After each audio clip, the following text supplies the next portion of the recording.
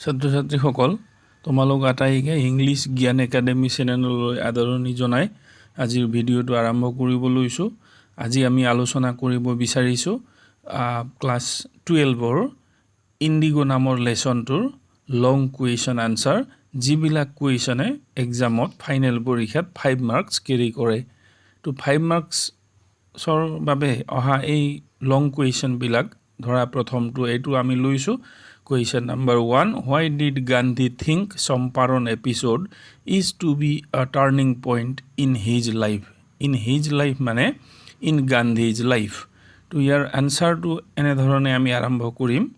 Answer: Gandhi considered the Champaran episode a turning point in his life because it marked the first successful application of non-violent protest in India.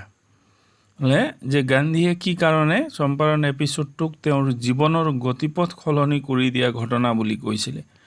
অৰ্থাৎ গান্ধীৰ জীৱনটো যি ধৰণে গৈ আছিলে এতিয়া এই চম্পাৰণৰ ঘটনাটোৰ পাছত হেতু অকণমান সলনি হ'ল।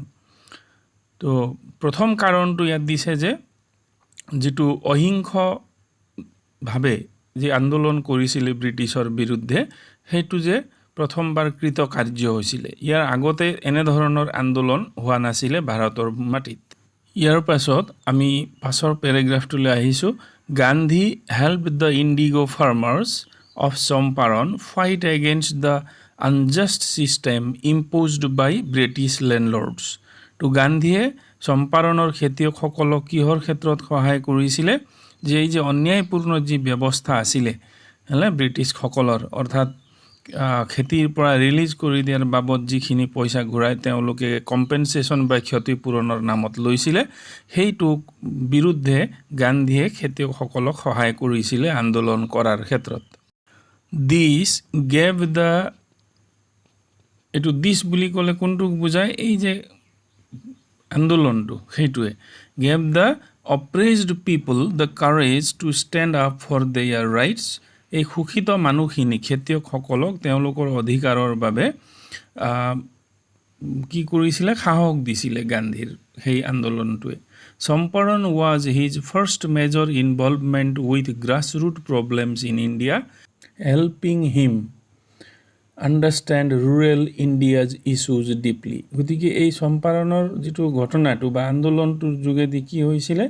একেবাৰে তলৰ পৰ্যায়ৰ গ্ৰাছৰুট পৰ্যায়ৰ মানুহখিনিৰ ইয়াত লগত জড়িত হৈ পৰিছিলে। গান্ধী তেওঁলোকৰ লগত জড়িত হৈ পৰিছিলে আৰু যিটোৰ যোগেদি তেওঁ ভাৰতৰ একেবাৰে গ্ৰাম্য সমস্যাবিলাকৰ লগত তেওঁ কি কৰিছিলে? একেবাৰে সোমাই পৰিছিলে। The success of the Champaran movement earned Gandhi national attention and respect. এই চম্পাৰণৰ যি আন্দোলন তাৰ যোগেদি ভাৰতৰ গোটেই ভাৰতবৰ্ষতে তেওঁ জাতীয় পাইছিলে, সন্মান পাইছিলে আৰু এটেনশ্যন বা গুৰুত্বও পাইছিলে। মানুহবিলাকে তেওঁক চিনি পাব ধৰিছিলে। It was the beginning of his role as a mass leader in India's freedom struggle. গতিকে এইটো কিহৰ আৰম্ভণি আছিলে গান্ধীৰ বাবে?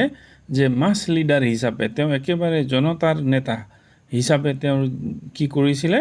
ফ্ৰীডম ষ্ট্ৰাগলত বা আমাৰ এই স্বাধীনতা আন্দোলনৰ এইটো উকমুকনি, এইটো আৰম্ভণি যে তাত তেওঁ কি হৈছিলে? সেই ৰোলটো বা ভূমিকাটো পালন কৰিছিলে যে একেবাৰে জনতাৰ নেতাৰ ভূমিকা তেওঁ পালন কৰাটো আৰম্ভ হৈছিলে।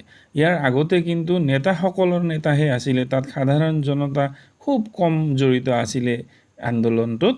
সেইকাৰণে 1885ত প্ৰতিষ্ঠা হোৱা ইণ্ডিয়ান নেশ্যনেল কংগ্ৰেছে মানুহৰ মাজত খেপাব পৰা নাছিলে। এতিয়া ইয়াৰ পিছৰ পৰা লাহে লাহে সাধাৰণ মানুহবিলাকৰো ইনভলভমেণ্ট বা জড়িতটো তেওঁলোক হৈছিলে। এতিয়া শেষত সামৰণতে আমি লিখি দিছোঁ, Gandhi later said that what he did in Champaran was not just to win a legal battle. কৈছিলে গান্ধীয়ে পিছত আকৌ কি বুলি কৈছিলে? যে চম্পাৰণৰ যুদ্ধটো অকল লিগেল বেটেলত, আইনৰ যুদ্ধত জয় হোৱাই মাত্ৰ নহয়, but to relieve the people's suffering, মানুহৰ সমস্যাবিলাক দুখ কষ্টবিলাক উপশম কৰাও আছিলে। And establish the idea that, এই ধাৰণাকো প্ৰতিষ্ঠা কৰিব বিচাৰিছিলে যে কৰিছিলে এই আন্দোলনটোৱে যে কোনটো ধাৰণা প্ৰতিষ্ঠা কৰিছিল Indians had the power two challenge injustice through non valiant resistance non valiant হেৰিৰ যোগেদি মানে অহিংস নীতিৰ যোগেদিও ভাৰতীয় মানুহৰ এইখিনি ক্ষমতা আছে যে অন্যায়ক তেওঁলোকে চ্যালেঞ্জ কৰিব পাৰে অন্যায়ৰ বিৰুদ্ধে তেওঁলোক থিয় দিব পাৰে গতিকে এইটো আছিল আমাৰ প্ৰথম কোৱেশ্যনৰ আনসাৰ আৰু মই যিসকলে বেছিকৈ অসুবিধা পোৱা কিছু পৰিমাণে মই অসমীয়াতে মাতৃভাষাতে বুজাই দিবলৈ চেষ্টা কৰিছোঁ এতিয়া আমি আলোচনা কৰিম আৰু এটা পিছৰ লং কুৱেশ্যনটো লৈ সেকেন্ড লং কুৱেশ্যনটো হৈছে describe briefly the share cropping system in Champaran চম্পাৰণত প্ৰচলিত যেটো শ্বেয়াৰ ক্ৰপিং বা আধি খেতিৰ ব্যৱস্থা আছে সেই ব্যৱস্থাটোক বৰ্ণনা কৰিবলৈ কৈছে এই কুৱেশ্যনটো ইয়াৰ খলনি কি আহিব পাৰে কেনেকৈ শ্বেয়াৰ ক্ৰপিং সিস্টেমটোৰ বিলুপ্তি হৈছিল বা how did the share cropping system in Champaran come to N and বুলি থাকিব পাৰে একেই কথা কেনেকৈ সমাপ্তি গৈছিল আমি বৰ্ণনা কৰোতেও সেইখিনিয়ে লিখিম তো আনসাৰ আমি এনেকৈ আৰম্ভ কৰিব পাৰোঁ the British planters had big indigo estates in Champaran district. হলে এইখিনি আমি বুজি পামেই লেসনত আছে by a long term contract the Indian tenants were made compel to plant indigo on 15% on their holdings. তেওঁলোকে যিমান মাটি লং টার্ম কন্ট্রাক্টত লয় টেনেন্টস বিলাকে খেতিয়ক বিলাকে সেই মাটিৰ 15% মাটিত তেওঁলোকে ইন্ডিগো খেতি কৰিব লাগিব the entire produce went to the landlords as rent আৰু সেই 15% মাটিত হোৱা কৰা ইন্ডিগো খেতিৰ সমস্ত উৎপাদনখিনি খাজনা হিচাপে ল্যান্ডলৰ্ডক জমা দিব লাগিছিল হেতু আছিল কন্ট্ৰাক্টটো দীঘলীয়া আছিল 15%ত ইন্ডিগো কৰিব লাগে আৰু সমস্ত উৎপাদিত ইন্ডিগো সেই 15% মাটিৰ সেইখিনি ল্যান্ডলৰ্ডক বা ব্ৰিটিছ যি হেৰি আছিল বিগ প্লান্টাৰ্স তেওঁলোকক দিব লাগে the peasants were not satisfied at this system সন্তুষ্টটো নাছিলে প্ৰথমে লৈ ললে পিছত আমনি পাইছিলে but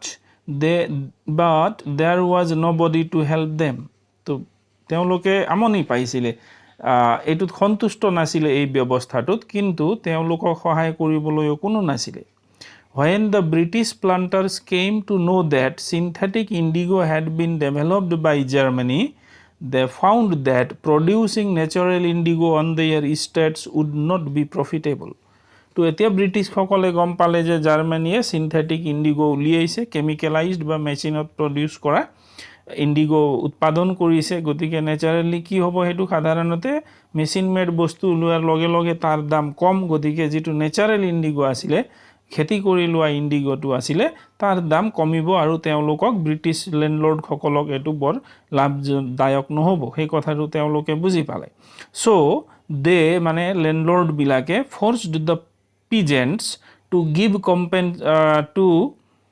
give compensation for releasing them from the contract সেই কাৰণে কি কৰিলে ল্যান্ডলৰ্ড সকলে খেতিয়ক বিলাকক কলে যে তেওঁলোকক এই লং টাৰ্ম কন্ট্ৰাক্টৰ পৰা ৰিলিজ কৰি দিব মুক্ত কৰি দিব কিন্তু তেওঁলোকে বাকি যিমান বছৰ আৰু খেতি কৰিবলগীয়া আছিল কন্ট্ৰাক্ট মতে তাৰ বাবে কিছু ক্ষতিপূৰণ দিব লাগিব এটো কৈ ললে the peasants opposed this injustice এই অন্যায়ৰ বিৰোধিতা কৰিছিল যদিও কেইজন মানে সহি কৰিছিল তো after a long fight against it under the leadership of Gandhi the landlords were legally compelled to return 25% of the compensation they had taken from the peasants গান্ধীৰ নেতৃত্বত দীঘলীয়া ফাইট কৰাৰ অন্তত কি হৈছিল যে ল্যান্ডলৰ্ড বিলাকো আইনগতভাৱে বাদ দিয়া হৈছিল তেওঁলোকে আৰু সিদ্ধান্ত হৈছিল যে যিমানখিনি পইচা যি খেতিয়ক সকলৰ পৰা লৈছিল তাৰ 25% পইচা তেওঁলোকে ঘূৰাই দিব লাগিব to add this এই কাৰ্যটোত finding themselves humiliated নিজকে অপমানিত অনুভৱ কৰি the British landlords abandoned their estates landlord বিলাকে তেওঁলোকৰ মাটিখিনি পৰিত্যাগ কৰিছিল আৰু which reverted to the peasants যেটো মাটি পিছলৈ খেতিয়ক সকলৰ হৈছিল now the peasants were the lords of their ইয়াৰ লেণ্ড। এতিয়া সেই মাটিৰ মালিক খেতিয়কসকলে হৈছিলে, গতিকে আধি দিব লগা নাই আৰু কাকো। So' in this way the share cropping system came to an end. এইদৰে শ্বেয়াৰ ক্ৰপিং ছিষ্টেমটো সমাপ্তি ঘটিছিলে। গতিকে গোটেই শ্বেয়াৰ ক্ৰপিং ছিষ্টেমৰ বিষয়েও ক'লোঁ আৰু শেষত গৈ কেনেকৈ পৰিসমাপ্তি ঘটিছিলে এই ব্যৱস্থাটোৰ, আধি খেতিৰ ব্যৱস্থাটো। আমি আধি খেতি কওঁ, আচলতে শ্বেয়াৰ ক্ৰপিং মানে একজেক্টলি আধি নহয়। তো সেইখিনি আমি ইয়াত ব্যাখ্যা কৰিলোঁ। আশা কৰিছোঁ এই কুৱেশ্যনবিলাক প্ৰিপেয়াৰ কৰাত তোমালোকক এই এনচাৰকেইটাই সহায় কৰিব। Thank U.